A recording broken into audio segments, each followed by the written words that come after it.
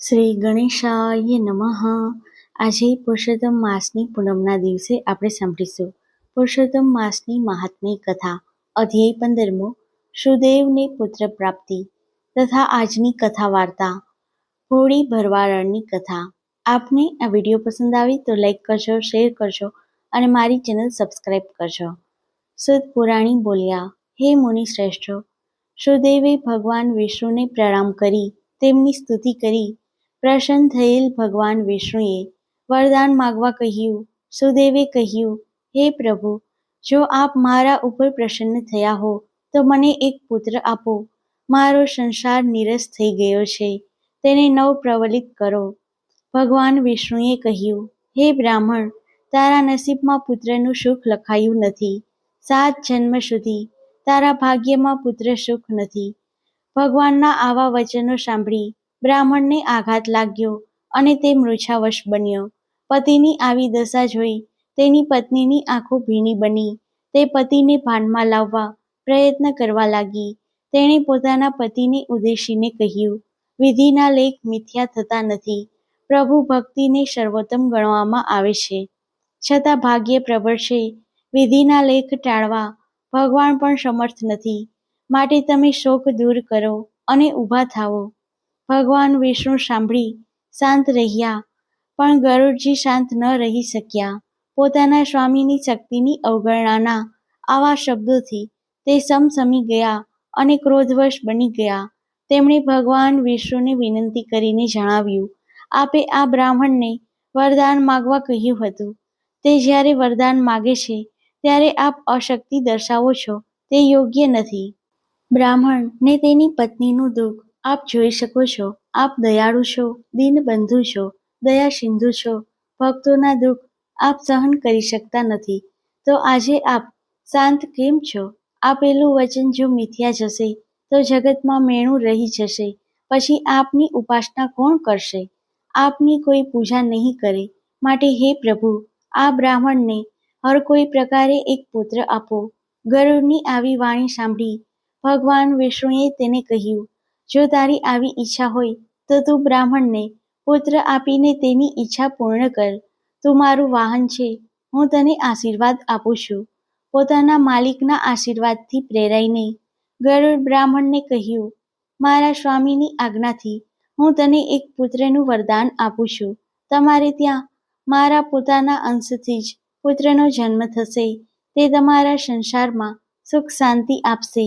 આમ કહી ગરુડ ભગવાન વિષ્ણુને પોતાની પીઠ ઉપર બેસાડી વૈકુંઠ ધામ લઈ ગયો. પુરુષોત્તમ મહાત્મ્યનો સુદેવને પુત્ર પ્રાપ્તિ નામનો 15મો અધ્યાય સંપૂર્ણ. હવે પુરુષોત્તમ માસની પાવન કથા સાંભળીશું, હોળી ભરવાડની કથા. એક નાનકડું એવું ગામ હતું. તેમાં થોડાક ખોરડાઓ હતા, જેમાં બ્રાહ્મણોની વધુ વસ્તી હતી. કેટલાક પટેલ, ભરવાડ, કોળી, વણકર, મોચી, સુથાર બધા વર્ણનો સમાવેશ થઈ જતો. મર્યાદિત વસ્તીને લીધે દરેકને 2 પૈસા રળવા માટે આજુબાજુના ગામોમાં જવું પડતું. ગામની બાજુમાં થઈને નદી વહેતી હતી, તેમાં થોડું થોડું પાણી રહેતું. આથી બીજા ગામમાં જવા આવવામાં તકલીફ પડતી નહીં. આ ગામમાં 2-4 ભરવાડના ઘર હતા. તેમાં એક ઘરમાં ભરવાડ ને તેની પત્ની ભરવાડન રહેતા હતા. થોડા ઢોર ઢાખર હતા, તે લઈને ભરવાડ તેમને ચરાવવા માટે લઈ જતો. જ્યારે ઘરકામમાંથી નવરી પડે એટલે ભરવાડન બાજુના ગામમાં દૂધ વેચવા જતી. તેનું નામ ભોળી હતું. સાચે જ તે ભોળી હતી. પુરુષોત્તમ માસ આવ્યો. ગામના ઘણા લોકોએ પુરુષોત્તમ માસનું વ્રત ચાલુ કર્યું, એટલે ભોળીએ પણ બધાની સાથે પુરુષોત્તમ માસનું વ્રત ચાલુ કર્યું. તે રોજ સવારે વહેલા ઉઠી નદીએ નાહવા જાય અને કથા વાર્તા સાંભળે. આમ કરતા કરતા પુરુષોત્તમ માસ પૂરો થતા ઉજવણાનો દિવસ આવ્યો. હોળી મૂંઝાણી. તેણે એક બ્રાહ્મણને જમાડવાનો વિચાર રાખ્યો. હોળી આમંત્રણ આપવા એક બ્રાહ્મણને ત્યાં ગઈ. તેણે જમવા આવવા ના પાડ્યું. બીજા બ્રાહ્મણ પાસે ગઈ. તેણે પણ ના પાડી.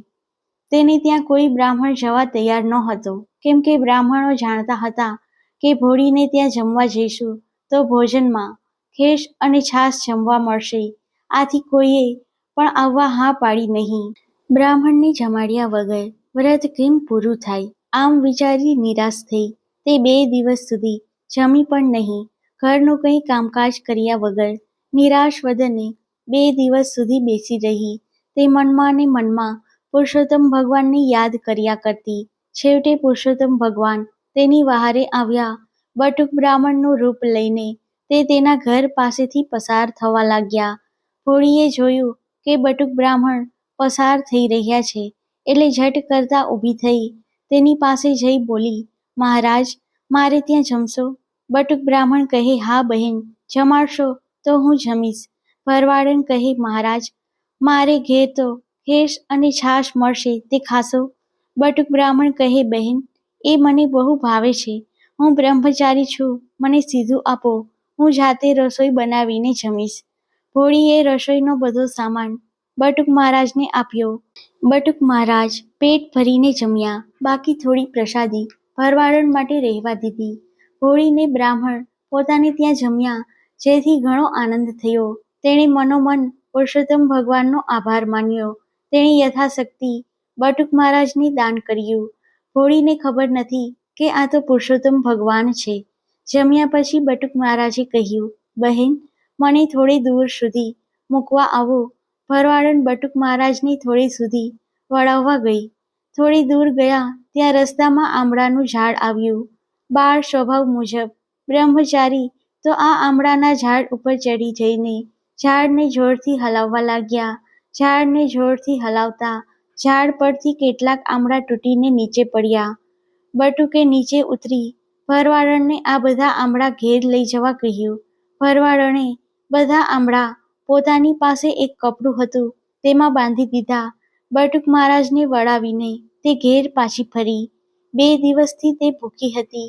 તેને કકડીને ભૂખ લાગી હતી. તેથી બટુક મહારાજે રાખેલ પ્રસાદ લેવા વિચાર કર્યો.